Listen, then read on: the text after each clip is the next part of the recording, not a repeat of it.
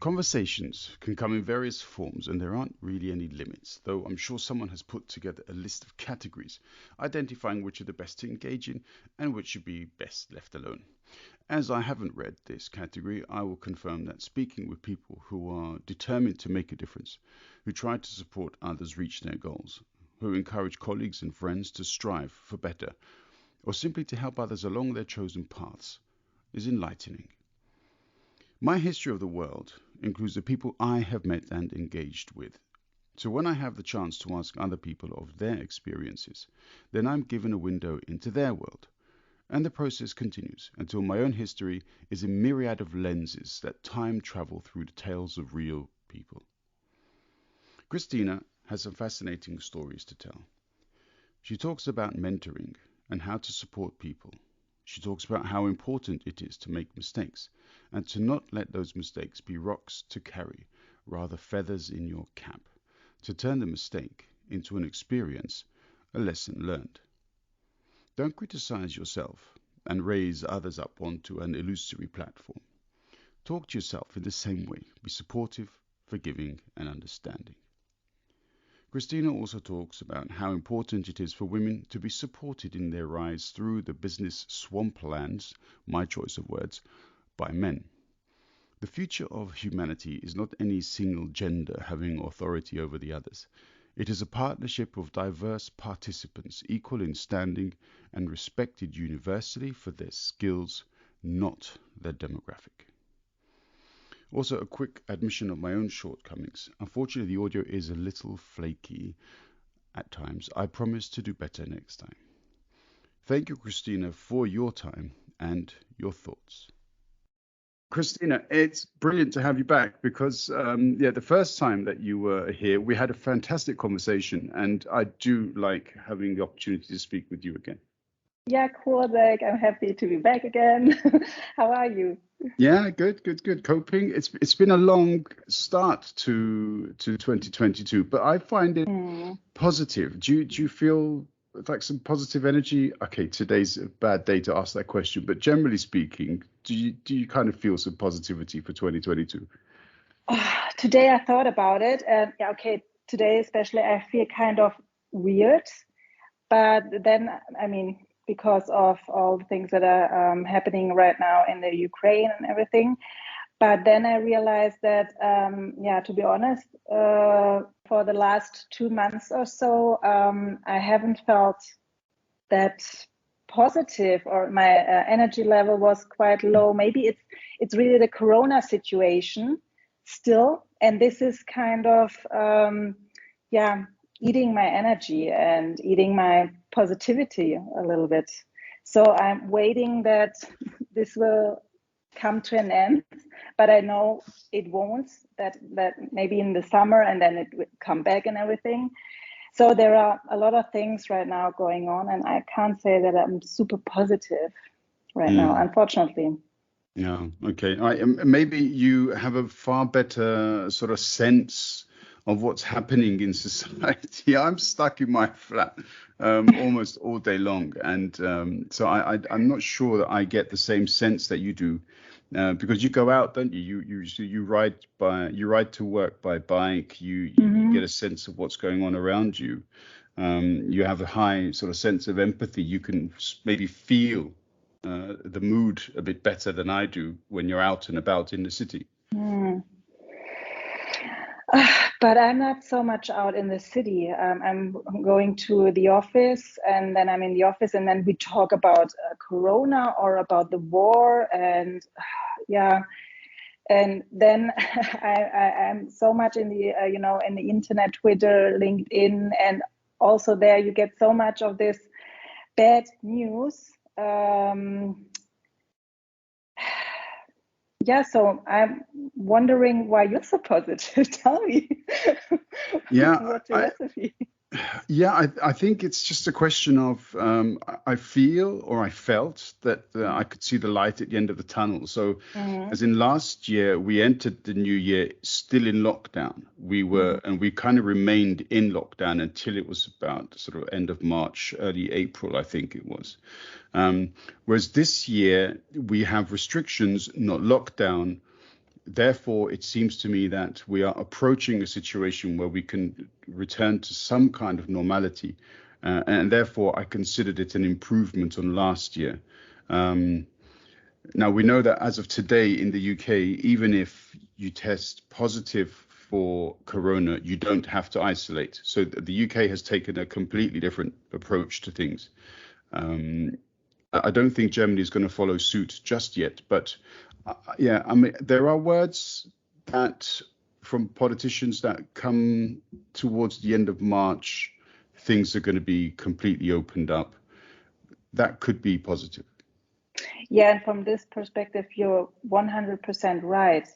I think it's more on an individual level. I don't feel that positive. But it's more about consuming all the news and also seeing on other people in my network that they feel kind the same like me. Also, I mean, we talk about that the sun, that we're neglecting the sun. And it's cold and everything, but I think it's more the situation that has been for the past 2 years that is taking its tribute. It's definitely contributing to Another contributing tribute zollen. Anyways, it's contributing to the way, to the how you see things, how you perceive the situation, but overall, of course, it's much better than last year. It's one of those things. I think the German word is it Weltschmerzen, that you have the pain of the world upon you? Is that something that you can perhaps feel as well, because you see all of these different elements in the news, and maybe taken in itself, 1 or 2 or 3 items might not have this negative impact, but they're all coming on top of the other. And I think that creates this sense of dread. That could be, because, there are activists demonstrating, they've been demonstrating for the past 2 weeks or so about the climate change. We have Corona, we have the war. There are so many things. And I'm like, today, to be honest, I wasn't even shocked when I heard about the war in the Ukraine. I was like, for me, it was weird that people and the news and were shocked, like, oh my God, this is the saddest day in Europe since the Second World War. Oh my God, how could this happen and everything? And I was like, yeah, but this is going on all the time. I mean, in the Ukraine, it has been going on. It's been going on for the past, I don't know, almost 8 years or so. Since 2014, there is the civil war in Syria, Afghanistan, everywhere. There are so many wars and conflicts, and now we're like, oh my God, I didn't see that coming. Why didn't see you coming, that situation? I don't, and I feel kind of bad that I feel that way, but it's like being numb. Yeah, I have to admit that I got it completely wrong. As in, it's not that I didn't see it coming. I said to everybody I spoke with about it, it's not going to happen, because what is the benefit to Putin of invading Ukraine? There is no identifiable direct benefit, because if he's simply trying to push forward or accelerate the acceptance of Nord Stream 2, then he just has to sit on the border, and then things will come through, and then he can withdraw his troops, and that's the end of story. But this invasion has actually precipitated a withdrawal of economic cooperation with Russia. So it really, that's why I thought, no, it's never going to happen. And so obviously I got things completely wrong. Luckily, nobody was betting on my opinion. But it's it's a real shame, and I fear for the people in Ukraine. I fear for anybody who gets involved in the situation, and I hope there will be a diplomatic resolution sooner rather than later. So. No, but don't get me wrong. I also didn't see that coming, and I think most of the politicians or analysts, and they didn't see that coming. But I'm like more wondering, why does it seem to be that impossible that something like that happened? To me, it's not something impossible. It's something super realistic that could happen every day. And And that's a sad fact, isn't it? That it's so possible. Exactly, yeah. And this is maybe what you described as Weltschmerz, because there are so many things going on in this world, and we can read that every day in the news. So I'm not wondering about anything anymore. No. Okay. That doesn't mean that I'm not sad or that I'm not also shocked. No, shocked is no. I wouldn't say that I'm shocked. Sad, yes, or also maybe surprised that it happened so fast and everything. But yeah, I mean, I think it's the way of humanity that we, as much as we have become sadly desensitized to some of these issues, there is still a need to wake up the next day, to keep going, and to try to rebuild and create some form of positivity. I mean, that's just human nature. So I don't think people should feel guilty for that. But we should definitely be, cast a thought as often as possible to the people who are suffering everywhere in the world. And maybe we should also consider more often the privileged situation we have lived in Europe for a number of years, and hopefully we'll try to extend this period of peace also to other parts. So I'm completely with you. It's unfortunate that these situations exist, and I can see why you are not surprised by it either. Yeah, I just want to say that I'm surprised that this kind of reaction is not every week, every month, about all the things that are going on. Why is it only now? Now that there's a big surprise, but we should be aware and angry and sad every day to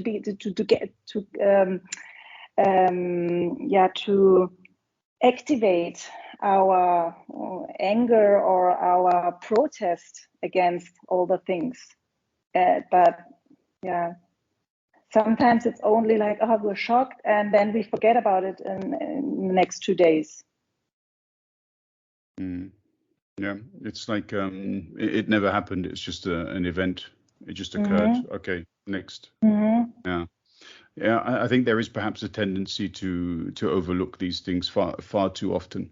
We say out of sight, out of mind. Maybe the difference on this occasion is it's not that far away, and so for Europeans, it's become real because it's so close. Yeah. And that's the difference. Yeah. Okay. All right. Well, I mean, let's try to switch towards more positive topics. So the previous occasion, which was the first occasion that we spoke, it was really wonderful for me to also get such sort of positive responses from the people you work with regards to healthcarefrauen.de. They really engaged as well with regards to the podcast and on LinkedIn, and that was really nice to see. How is the work going with your mentoring, and how is that developing?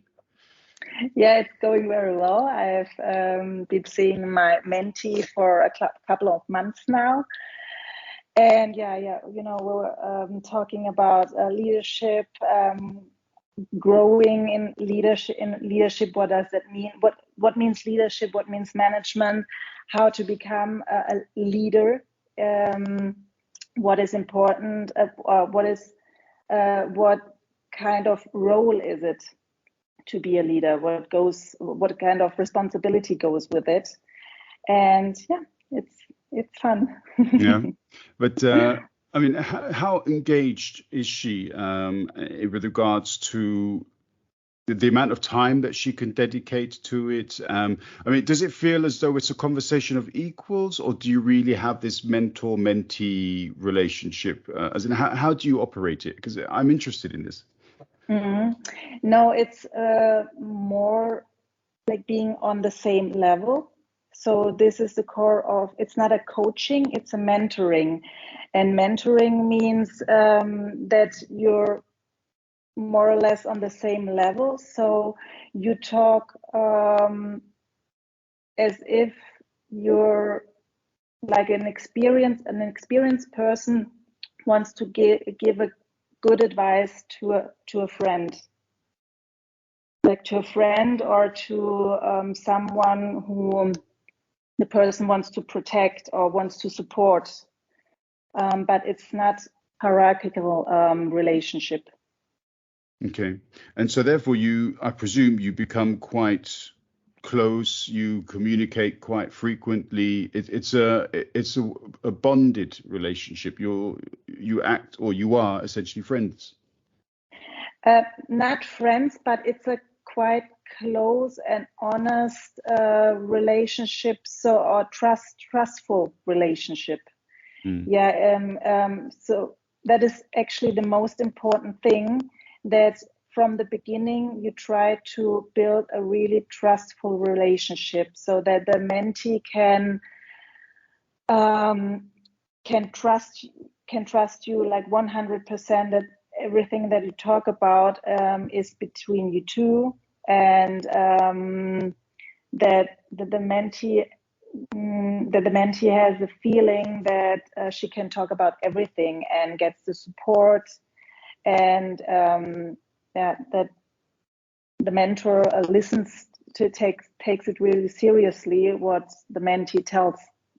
Yeah. Okay. And from a personal satisfaction perspective, because I love training people, and I love seeing when I say something sometimes by luck and a light flickers in their eyes. How satisfying is it for you to have an opportunity of helping somebody to progress, to be confident, to push themselves forward, to encourage ambition in a leadership role? It must be really fulfilling for you.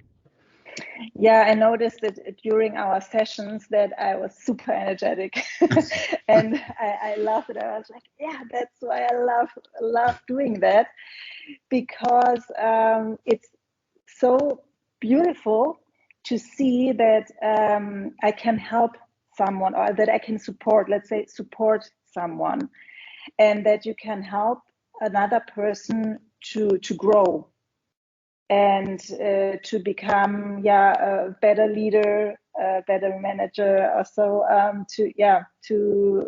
It's about support, and this is something that I really love.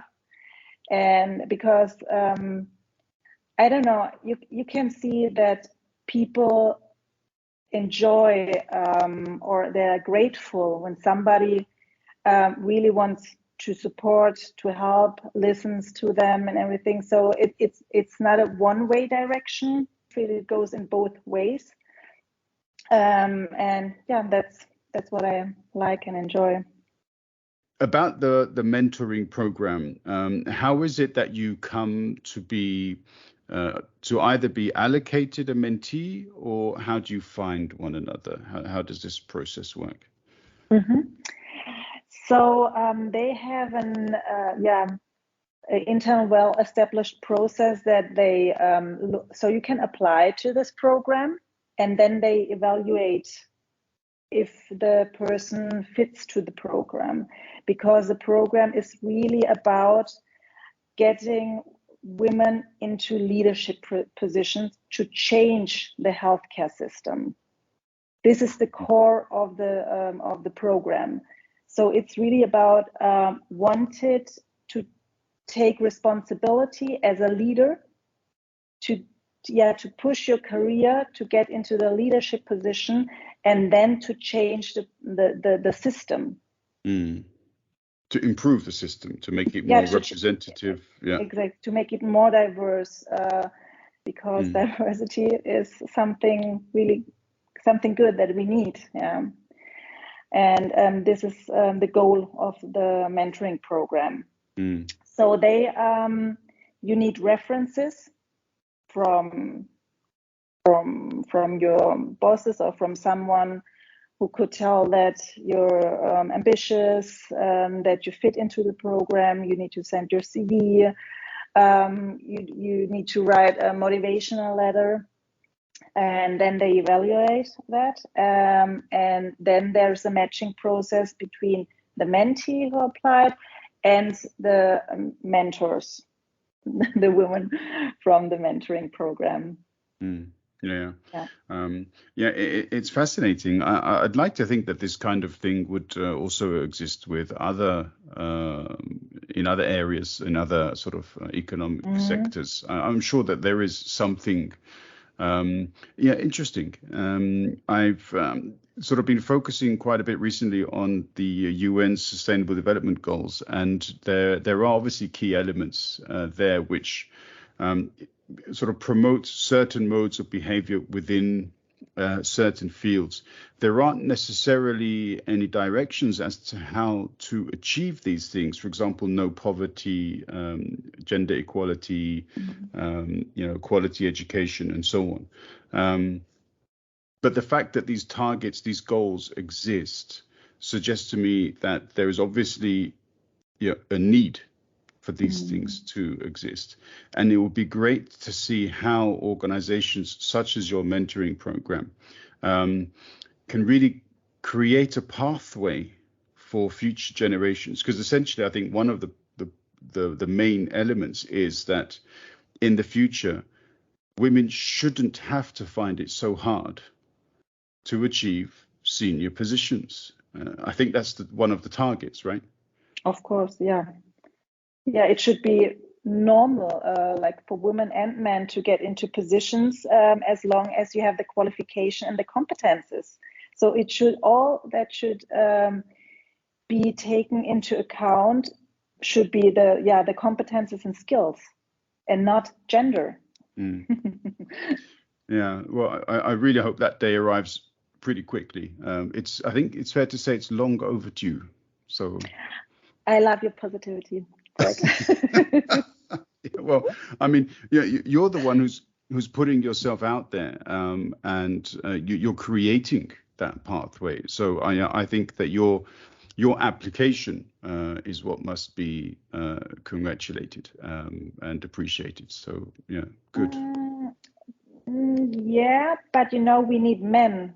If our goal is gender equality, then we need men that are willing to support that, to change themselves, society, everything. So I think it's not enough that I and other women try to how do you say, den Weg vorbereiten, to create the path, as it were. Yeah, to create the path. As you said, it's more important that men go with us.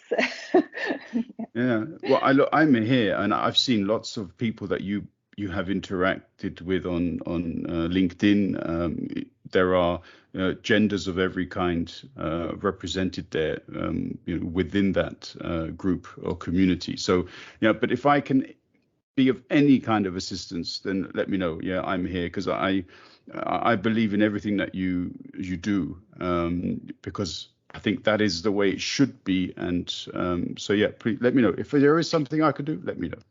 There is something, Oh, actually. please. Yeah, go on.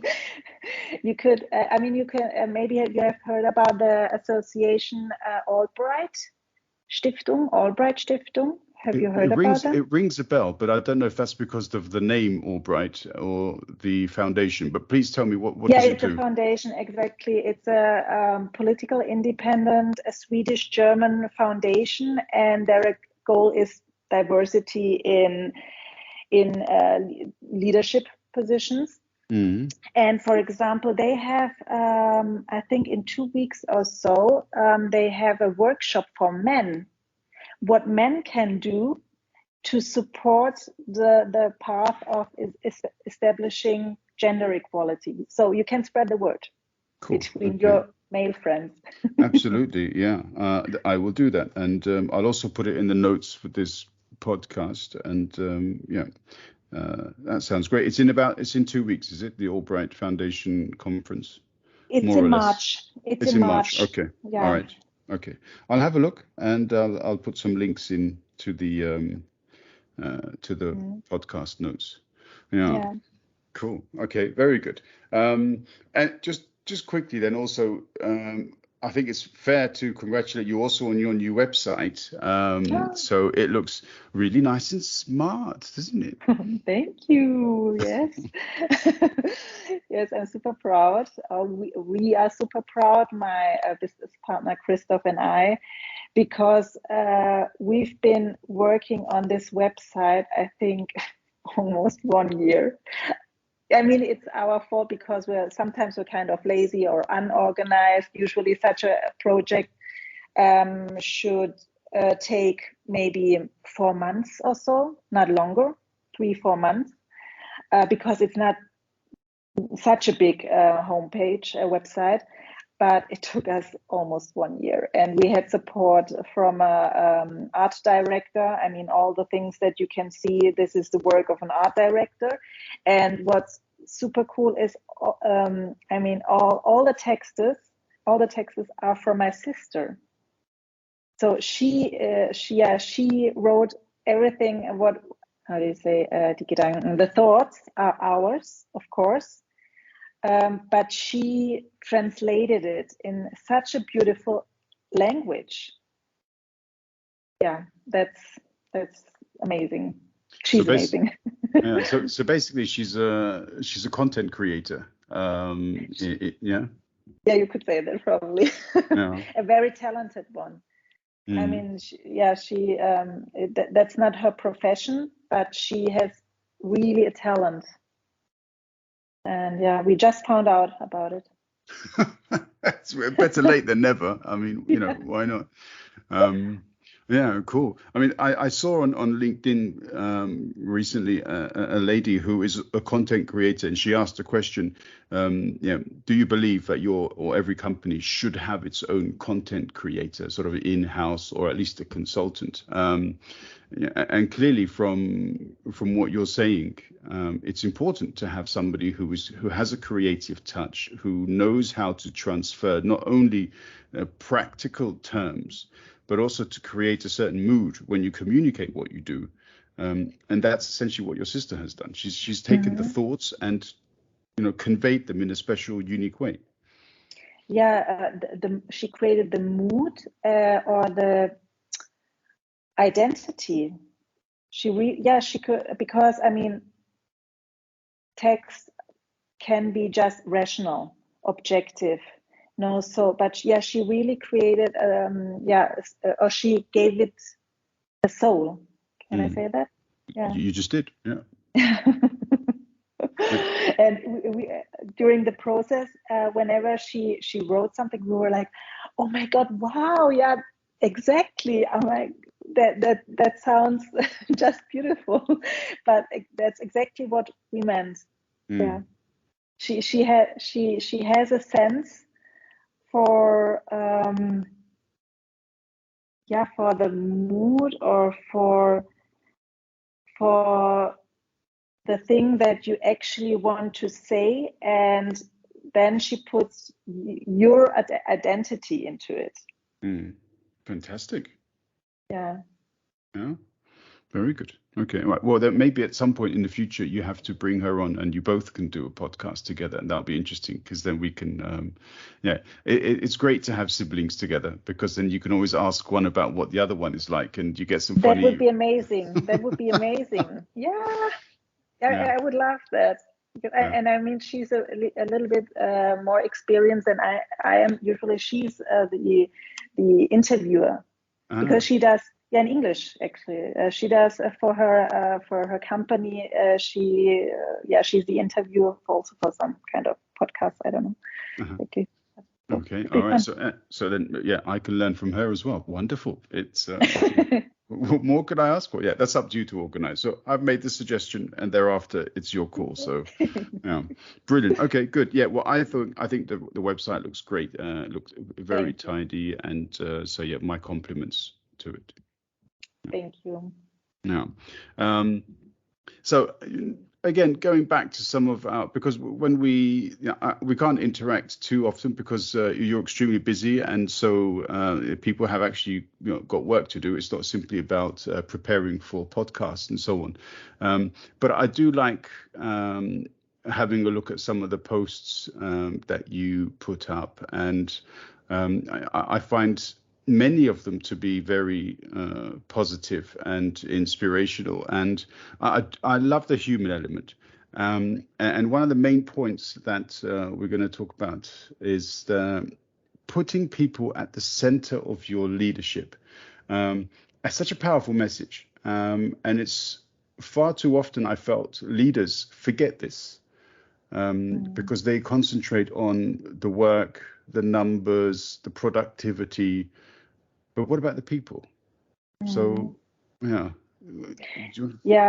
also think that it's a super strong message, and something that I believe like 100% in. And sometimes I'm wondering that not all leaders believe in that, because it's super powerful when you feel it, and when you feel it, and when you follow that feeling. Like, it's not just something that you maybe have in your mind that it would be good to do, or when it happens to be the good time for it or so, but something that you truly believe in, and then it just leads you. And it's not difficult. To me, it's not difficult. And I know that people who have the same feeling, it's not difficult. But unfortunately, people need reminders. A lot of people need a reminder for that, because obviously it's not obvious to have this in your mind. But not only, one thing is to have that in your heart. Either you have it or you don't have it. And the other thing is to have it in your mind. And I think that's something that we can really train. And that's why there are so many articles about it and reminders. Hey, please have in your mind, it's the people. It's about the people. So we need to repeat that, repeat it again and again and again. And then one day, maybe all the leaders will have that in mind. Yeah, I find it extremely inspirational as a motif, or as a sort of MO, or a way of working, because it's as you say, people are what create any kind of profit, benefit, happy feeling, and maybe some leaders feel there's a lot of pressure on them, because they've got shareholders they need to account for, or they need to report to. They have to register profits, they have to keep the company going, and so on. But this is only possible if the workforce is protected, if they feel that there's somebody there who's looking after them. And not many organizations can do that. And I always remember a story, I think it's from the 1920s, 1930s, I think it was, around the time of the Great Depression. There were lots and lots of engineers whose companies were going bankrupt. And I think it was IBM. And they just hired people. And they said to them, whatever happens, we guarantee that you will have a job with us. We will not fire you. And the company just grew. IBM just took off, and it became this world leader in technology. And I think one of the reasons was because the engineers working for them realized these guys are putting us at the center of their development. And I think that was a very powerful message. Mm-hmm. And what you just said about giving people the feeling of security, and that they are safe and secure, and that's something super, super important, because even more today, because everything is changing so fast, and not all people are capable of going with this pace. And there are so many different things to do and to have in mind. And this is one key qualification, I think, of leaders or also companies, to give the feeling of safety and security. That's great if leaders can give that to their employees. And how can we generally, because I know what you said, that leaders have to be, reminded, or they should remind themselves again and again. But are there any, it's hard to say shortcuts, but how does a leader who has always considered the bottom line, the profit margin, to be the measure of their success, to all of a sudden change, to try and identify, actually, it's the people who I share the journey with who are the markers of my true abilities as a manager? How hard is that to communicate to leaders, to learn that message? I think maybe for leaders who have grown up in this environment that only numbers are that only numbers are the most important thing, and that value have a value, maybe they won't learn it or won't be able to change, to be honest. I don't think so. And it is also that there has to be a process between, the system has to change and the people have to change. It's something that goes together. So it's not easy to say, okay, first you change and then everything will be good. Because if the system tells you that still numbers are what's most important, that you're restricted. So it has to be that there has to be a change in the process. We need new kind of leaders. Okay, all right. So there needs to be a new model accepted that is within also the realm of empathy, and they understand their larger or wider social presence within the market, and not simply the financial responsibilities that they have. Okay, all right. Yeah, I've always been involved in social discourse or social organizations which puts the focus on the community or on society. And I think for this reason, I empathize so much with the need for progressive diversity platforms, because I can see, or I have seen, how limited diversity, all it manages to do is repeat the same mistakes of the past. If you don't get new ideas, new concepts, new approaches, new people, different cultures, different genders involved, you're not going to change anything. And what is quite clear from our earlier points, that everywhere you look in the world, there is conflict, there is war, there's famine, there's disease, there's hunger. These are not sustainable human events. We need to change things. And so therefore you need to introduce something different. And so, this is why I'm so supportive of, all of these kinds of things. So, hopefully we will see that. From this perspective, I can say that I am positive. I believe that change is possible.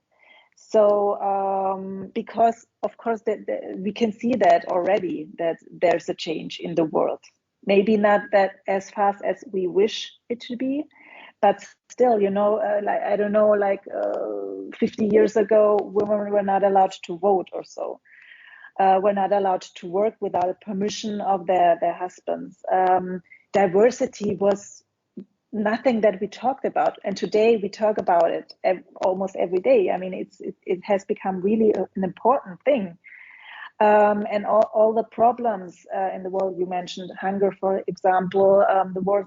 We have we are aware of it, and that's already something positive. And I mean, in my bubble, maybe it's just a bubble, but I can see that there is so much going on, fights for gender equality or Gerechtigkeit. What's Gerechtigkeit? Justice. Justice, and as we said, diversity in all things. So there is a lot of power and energy, and people that want to change the world. But of course, it's not easy. But still, I believe that this change is coming step by step. I hope so. I'm definitely with you on it. We will see how that develops. All right, moving on to the next point then. We sort of touched on it with regards to sort of leaders having courage, but I mean, to be courageous as a leader and to break new ground. I've often spoken to my students, and they've had a number of them. The main problems that they have at work is their managers, their bosses. Not because the bosses are not good, but because the bosses are not willing to make decisions. And then, so therefore, employees go to their boss and say, okay, so what do I do? And the boss says, I don't know. It's not my decision. And so deal with it. How hard is it, do you think, for bosses to actually step up and say, do you know what? No, just do this. And if somebody has a problem with that, tell them to come to me. Why is it so hard to do that, do you think? To make a decision implies that you need to take responsibility. And sometimes a decision can be a bad decision, but still then you're in charge, or you're the person that is responsible for that. And then maybe you have to take that back, the decision, or to change the decision. You have to explain yourself in front of others. You have to reflect. Can I say that? Reflect yourself. You have to be willing taking critique from us. So these are a lot of unpleasant situations that you maybe have to deal with when you make a decision, and that's why people don't like it. But I mean, I'm aware of something called the fail culture, so the culture of failing, where basically a company says, we accept that mistakes will be made. This is a part of the learning process. This is a part of developing a process of work which gives us the experience to not repeat those mistakes the next time. So, but in actual fact, even though companies say they have introduced this culture of failing, they don't really exist everywhere, do they? People are still very much afraid of making mistakes. Hmm. Yeah, we talk about that, about the culture. How did you say it? The Culture of mistake culture, failing. the Culture of culture of failing. failing, and we talk about that. But I think a lot of companies don't. I mean, they talk about it, and they maybe have this label that they have a good culture of failing, but they don't have it. Um, or it's maybe something that you have on the employee level, but for leaders or managers, there are different rules sometimes. So this is also again something, and that's super interesting. What I like, there's always an individual level and a systemic level, and we need to differentiate these two levels. So yeah, I think you're right, and it's easy to talk about this culture of failure, or that it's okay, but sometimes a or wrong decision or failure can have a huge impact on not only yourself, but other people, about company goals, about money in the end. So Yeah. But I mean, I don't know what the statistics are anymore, especially during the pandemic. But I mean, before the pandemic, that there were, I mean, startups, extremely difficult. The early years, and so many startups closed within the first or second year. So I mean, these things, they happen. Large organizations, even banking institutions, unfortunately, they've gone down. They've had these issues. So there's no divine right to success. Sometimes, a mistake has huge consequences. But hopefully something or someone within the sector will learn from the ripple of that error. And it will be passed on. I like to think that we learn from mistakes.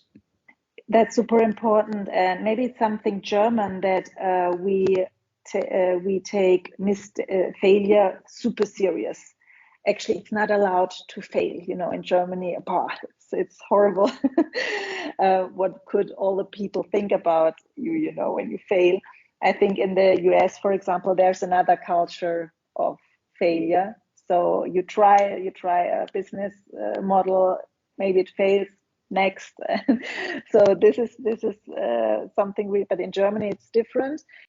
To be aware of failure, or of your, let's say, weaknesses, or something that you could have done better in the past. I noticed that it's super, super difficult for people to talk about that in general, especially for leaders, because this is actually, I don't know why it is like that. Maybe it's really the German thing, but I mean, failure or mistakes. How could you learn to do something better if there's not a failure in advance? Or okay. So you need the failure to learn. How could it be otherwise possible to become a better version of yourself, or to do your job better, whatever? Yeah, but still, it's super, super, super difficult. If you, I mean, that's a question that we ask regularly our candidates to prepare them for interviews, and no one wants to talk about it, or admits that he or she has done something wrong in the past. It's always no, nothing wrong happened, everything was fine. It's funny. Yeah, it is, and it's a classic interview question, isn't it? Name your sort of biggest mistake and how did you deal with it? And oh no, I've never made a mistake. Well, sometimes you just have, and yeah. Of course, I mean, almost every day. Sorry, almost every day I do something stupid, and afterwards I think, oh my God, I could have done it much better or different. So, but yeah, sometimes people allow other people to make the mistakes, but not themselves. So this can also be we're too hard on ourselves. I've heard it a lot. I've said it a lot. I am my own worst critic, but I don't want to be anymore. I don't want to criticize myself anymore. To hell with it. I did it. If it's cool, good. If it's not cool, I'm sorry. Yeah, I think that's super smart, Zach. Yeah. Yeah, I haven't completely started yet, but I'm going to now because you said it's super smart. So that's definitely the way to go. Yeah. No, and it's important. I mean, there is no use in it to destroy yourself when you did something wrong. I also know this feeling that you just want to destroy yourself, that you're so angry about yourself. But why? No, it's just toxic. It is, and we have to tell ourselves better things. All right, look, I know you're tired as well, so I will ask just this last question, and I will leave you to decide how much detail you put into the answer. There's Kristine, the business leader, Kristine, the mentor, and then there's the private person. How do you switch off? How do you sort of come home from a hard day at work and allow yourself to chill? I don't do that. It's difficult for me to chill like 100%. Be honest, it's sometimes it's not possible. Sometimes I can do that better. Sometimes I can't, and it's always so. There are not 3 personalities, and in the morning I click Kristine, the business person, and then when my mentee comes, then it's Kristine, the mentor, and in the evening it's Kristine, the private person. No, that's it's all 3 personalities are like one person, and sometimes I switch better between the roles. I mean, there are different roles, so it's not like that that I'm always the same. That's not true. There are different roles or sides of my personality that I switch on, and sometimes I can do that better, and sometimes I can do that worse. And also I don't have a suggestion for other people how they can be relaxed in the evening or so. The suggestions I have is nothing people haven't heard like 100 times. Like try to do sports, try to do something for yourself, and try to do, I don't know, yoga or so. But it is important to be self-aware how you feel. And also sich damit beschäftigen. I don't know how to something say. Something that occupies the mind. Yeah, to think about it, how to relax. So, and every person needs something different. Some wine is probably really not a good suggestion. Yeah, okay.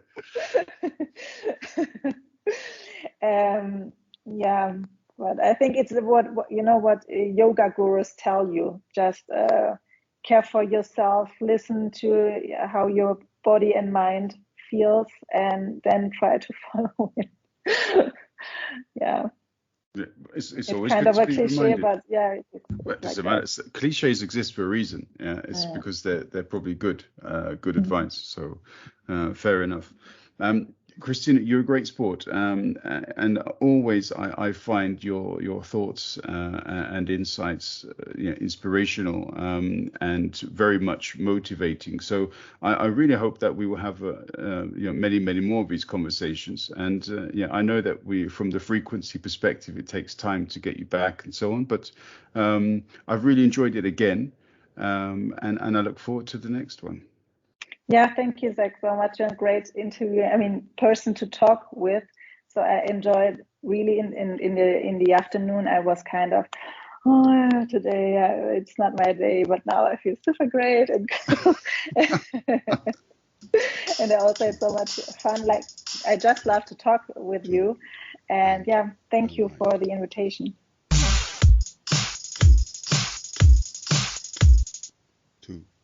and a mic. 2, 2, 2, 2, and a mic. 2, 2, 2,